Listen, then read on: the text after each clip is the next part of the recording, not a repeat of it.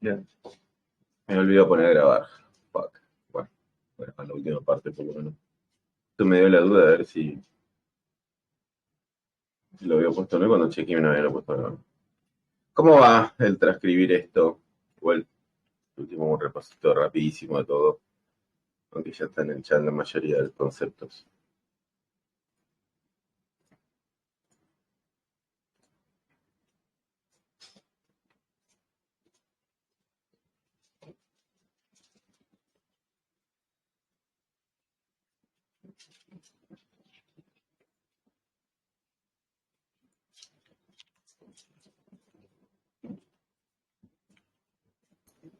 Ahí al final, en la última decisión, tenés caso A y caso A, ¿no? O sea, la respuesta es la misma, para sí y para no.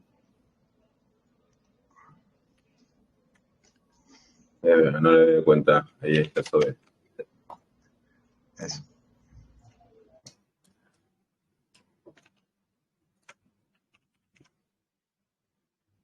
Bien, mientras ustedes trabajan, yo aprovecho para hacer un repaso rápido, ya que no le había puesto a grabarlo del principio.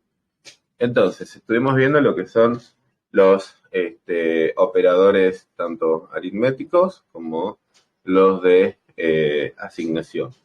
Los operadores aritméticos son aquellos que nos permiten hacer operaciones del tipo suma, resta, multiplicación, división y módulo.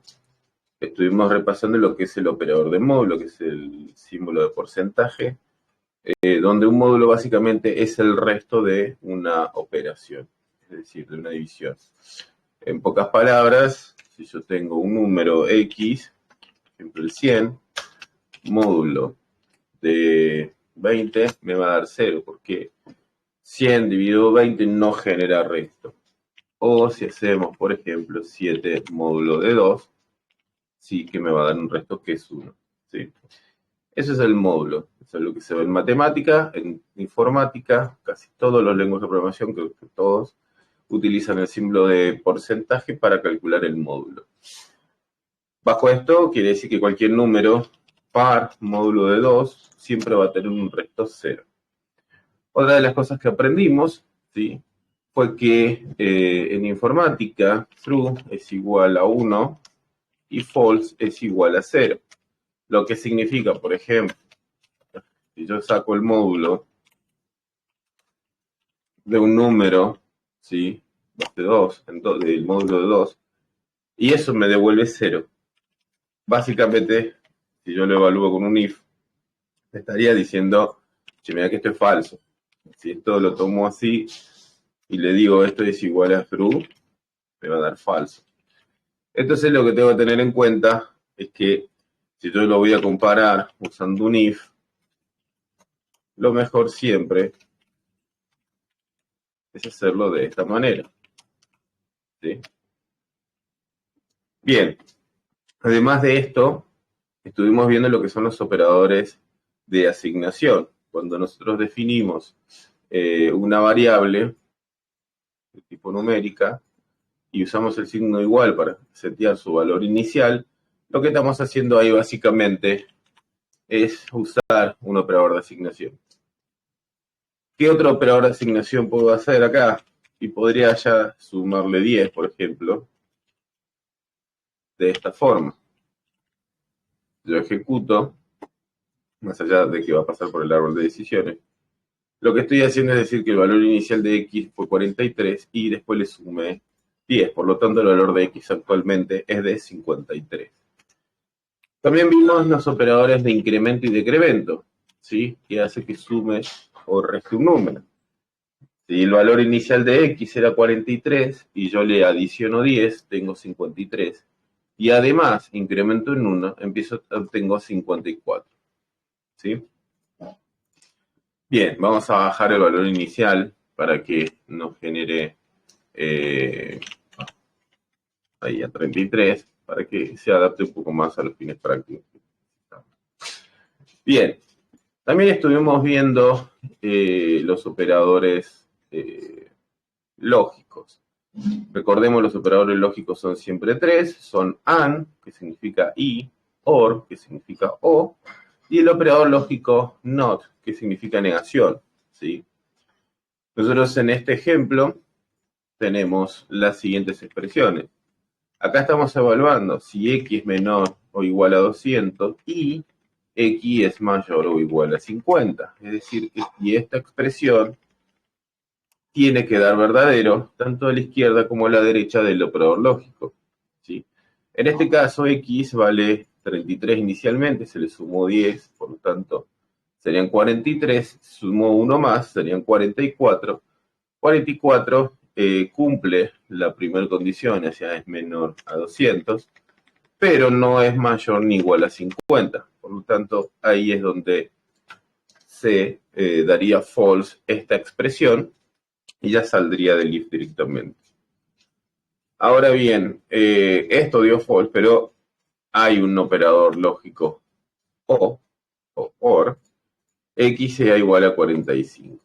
Si yo hago que x sea 45, simplemente haciendo que esto sea 34, esto va a ser 34 más 10, 44, más una 45. Haría que entre en el if. Fíjense acá, vamos a analizar de vuelta, esto da true, esto da false, la expresión dio false, va al operador O y evalúa la siguiente expresión. Esta expresión dio verdadero, por lo tanto entra en el if. Eso ha sido un poco el repaso de los operadores lógicos, ¿sí? Es práctica y a partir de ahora vamos a hacer muchos ejercicios relacionados a estos operadores porque básicamente sin esto es muy difícil avanzar en los conceptos de programación. ¿Qué ejercicio vamos a estar haciendo? Bueno, acá les di uno. Este ejercicio tiene una trampa. Ahora cuando ustedes lo codeen se van a dar cuenta. Es una trampa de lógica. Y esta es la parte donde yo les decía donde la lógica va a ser fundamental. Todo lo que hagamos a partir de ahora va a ser con lógica, o sea, vamos a tener que razonarlo, pensarlo, analizarlo y aprender a dividir en la mínima expresión. ¿Y eso qué significa? Cuando las condiciones empiecen a ser muchas en una sola evaluación, lo mejor es empezar a dividir en términos, como en la matemática. Y esa división en términos, como en la matemática, va a requerir que nosotros aprendamos, bueno, a pensar en divisiones de términos, en agrupaciones, etc. Bien, vamos a ir pasando nuestro ejercicio a código. De hecho, la expresión esta me la voy a llevar tal cual. Miren. Acá me dicen, tiene que ser x menor o igual a 10 y x mayor o igual a 20. ¿Por qué es raro esto? Primero vamos a terminar de programar. Si no se da esa condición, hay que mostrar que terminamos. Entonces acá ya sé que tengo que mostrar un else.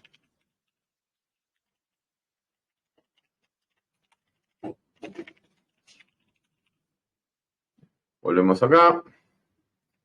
Adentro de la condición hay otra más. La vamos a equipar.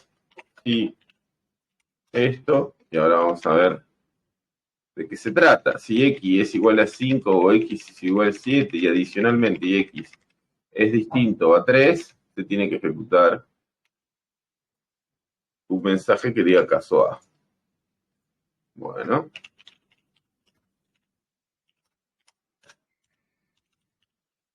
Caso contrario. Caso B. Acá seguimos todas las instrucciones de nuestro diagrama. Voy a ejecutar. Terminamos. ¿Qué pasó? No se dio la primera condición, la línea 6.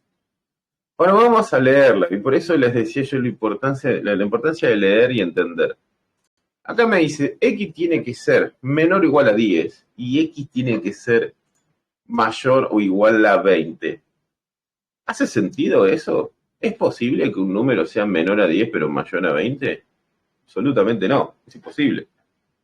No puedo tener un número que sea mayor a 20 y a la vez sea menor a 10. No existe. ¿Me explico? ¿Me van siguiendo con eso? Sí, claro, no existe un rango de esos. Entonces, lo primero que tenemos que hacer como programadores es decir, che, La expresión que voy a evaluar, ¿me hace sentido? ¿Funciona? ¿No funciona? Entonces no puede haber obviamente un número que sea menor a 10 y mayor a 20. Vamos a corregir esto para que tenga sentido. Vamos a suponer que en realidad nos estaban pidiendo, que acá donde va a venir después eh, el otro caso. Vamos a cambiarlo. Para que esto funcione, yo podría tranquilamente haber dicho, mira, tiene que ser menor o igual a 10, menor o igual a 20. Sería ridículo porque ya directamente comparando con que sea menor o igual a 20, alcanza. ¿Sí? ¿Entienden? Tengo 44, así que obviamente eso no va a pasar, pero vamos a ponerle un 1, lo cual me haría evaluar un 12. ¿Sí? 1 más 10, 11, 12. 12 es menor o igual a 10 y menor o igual a 20. Entonces acá donde viene la contradicción. No es menor o igual a 10. ¿Sí? Voy a cambiar este número, voy a poner un 4 para que me dé. Pero lo que se estaba evaluando es que tenía que ser menor o igual a 10 y además menor o igual a 20. Entonces, si nosotros tuviéramos que optimizar esta expresión, la realidad es que tendría que sacar esta parte, que no tiene ningún sentido. Porque si el número tiene que ser menor a 10 y menor a 20, en realidad lo único que importa es que sea menor a 10. Y ahí es donde nosotros empezamos a pensar, ¿sí? Justamente en estos detalles. Fíjense la segunda expresión. Si x es igual a 5 o igual a 7, y además es distinto a 3. Acá yo tengo 5 más 1, 6. Voy a hacer que dé 7, inicializando la variable en 2. Me da 6, me da 7. Y ahí me da el caso A.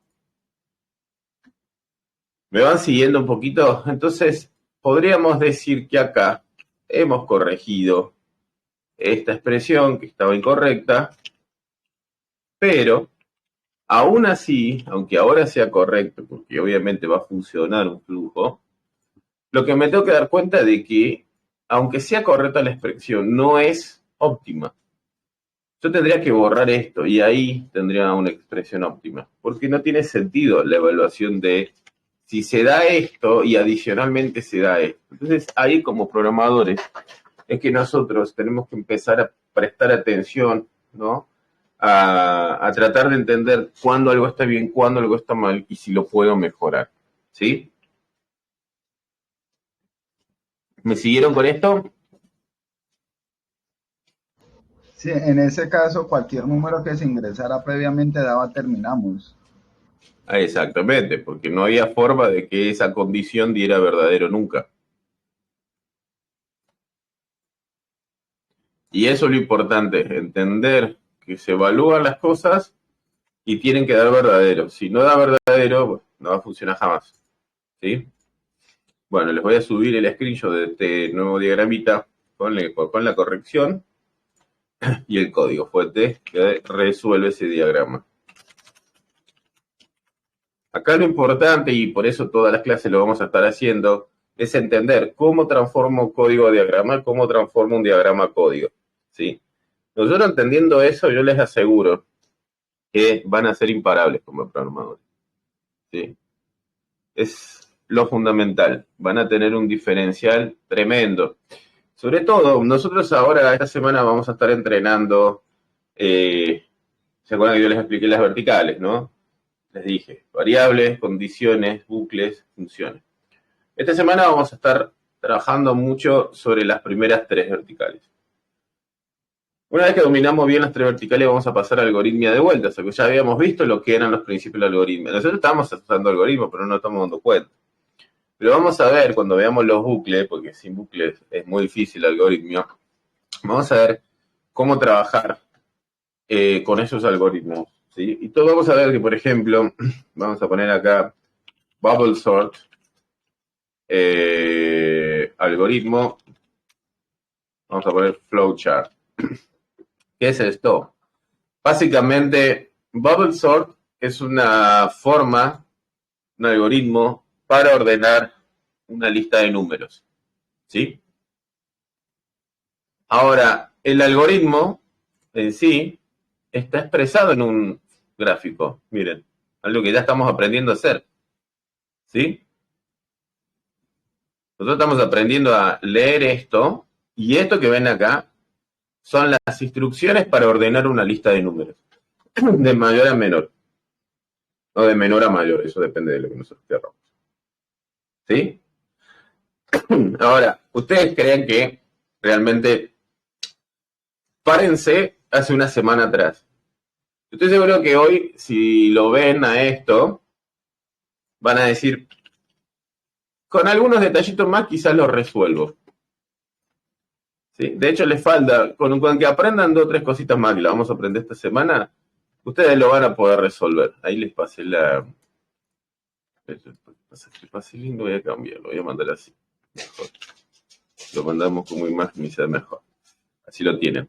Si hoy miran esa imagen, yo les aseguro que no van a estar tan perdidos, ¿sí? Porque ya van a aprender a reconocer, hey, estoy reconociendo la comparación, estoy reconociendo el sí y el no, estoy reconociendo cuando vuelvo a empezar, estoy reconociendo el inicio, el final, o sea, estoy reconociendo cosas.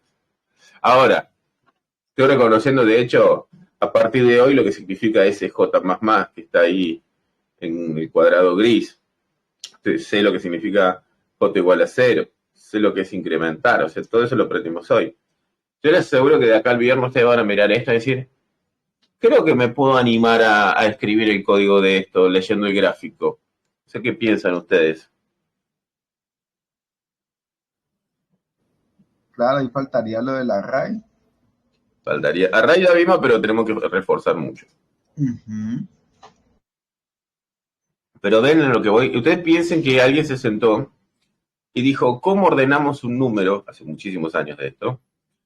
Y no se puso a escribir el código de eso, porque no tiene sentido nunca escribir el código antes de pensar lo que vas a hacer. Y eso es una regla de oro. No hay nada peor, y eso yo lo veo mucho.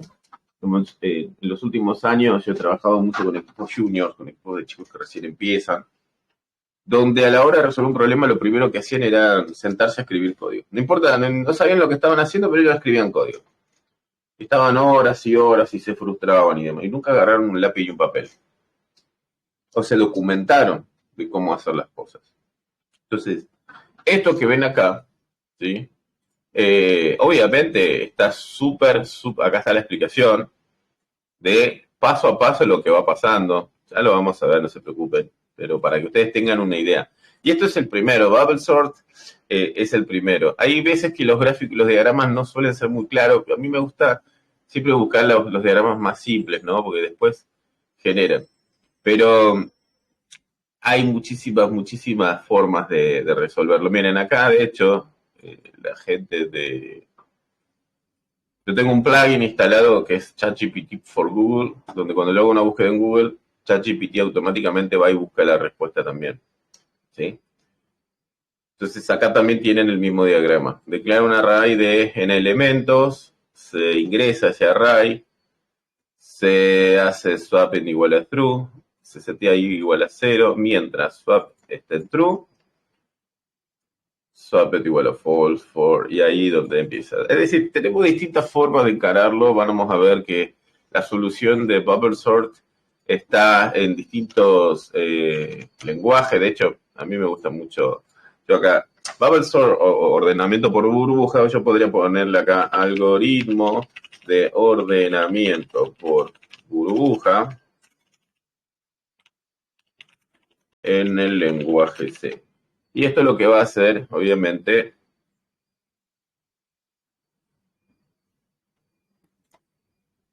a ver qué le pasó a esto. Ah, porque vamos por un nuevo chat.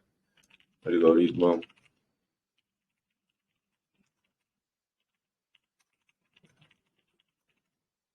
Ahí está. Acá lo que va a hacer esto, básicamente, tengamos en cuenta que cualquier programador de universidad que empieza a trabajar empieza a estudiar en una carrera universitaria, sí o sí, tiene que ver todo lo que estamos viendo nosotros. Lo que pasa es que no lo ven de una manera tan, ¿cómo explicarlo? Tan suavecita ni tan práctica. Por general te mandan un libro gigante de C, donde vos dentro de ese libro de C te van a ir explicando los principios de la programación de una manera muy violenta y arréglatela, te dice. ¿Sí? Nosotros no buscamos que sea así, para nada. Lo que buscamos es aprender de a poquito. Pero acá, si yo le pregunto a ChatGPT, me va a dar el código, ¿sí? Y está muy bien estudiar de código fuente. De hecho, es un ejercicio excelente que nosotros aprendamos a estudiar código fuente y con mirar el código fuente sepamos lo que están haciendo las cosas. Pero lo que está mal es hacerlo sin una guía, sin alguien que nos vaya explicando paso a paso, porque si no, no vamos a entender. Acá, para entender este código, ¿sí?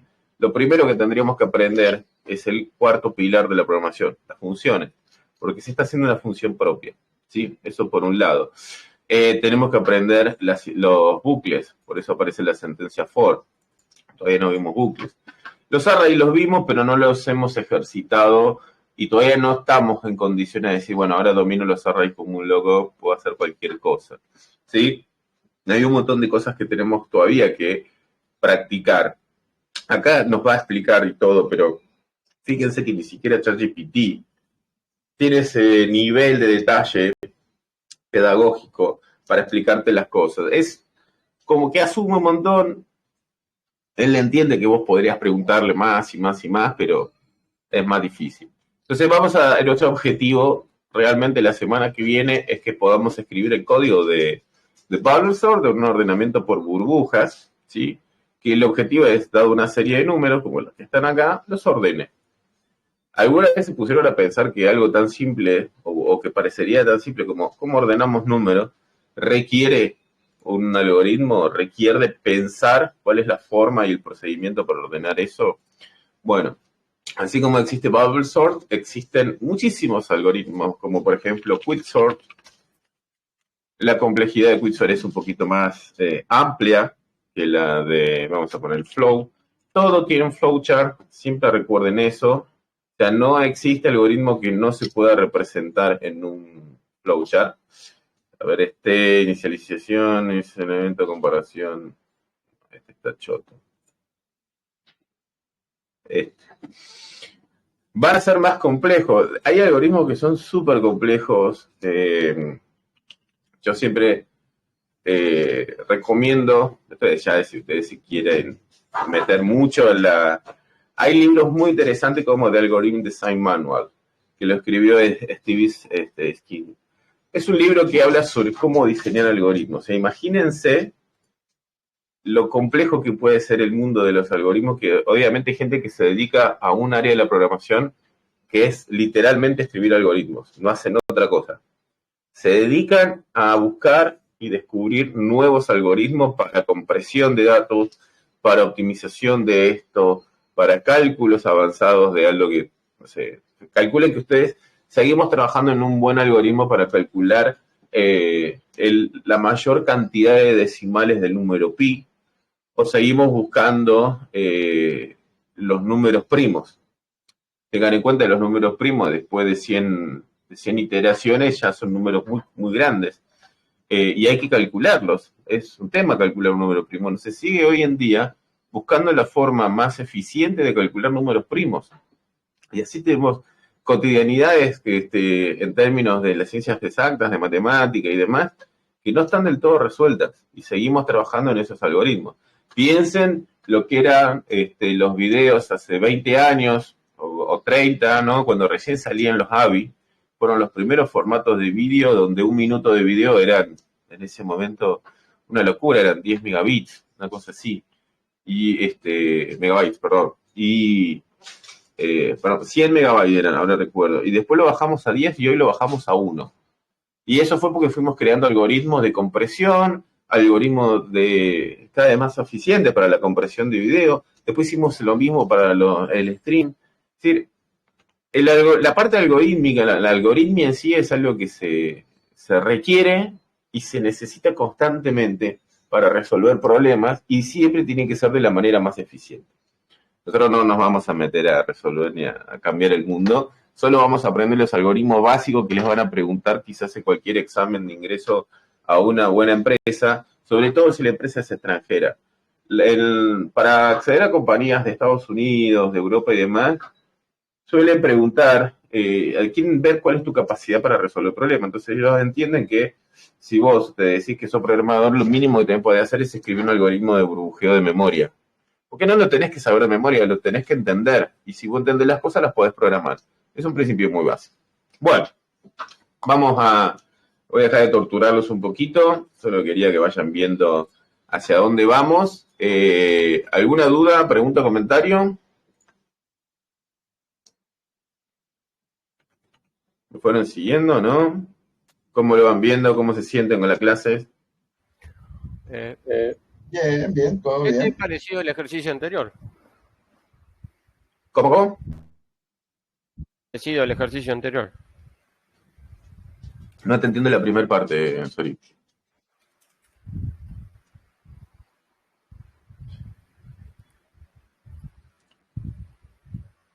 Mati. Que es parecido al ejercicio anterior. Ah, sí.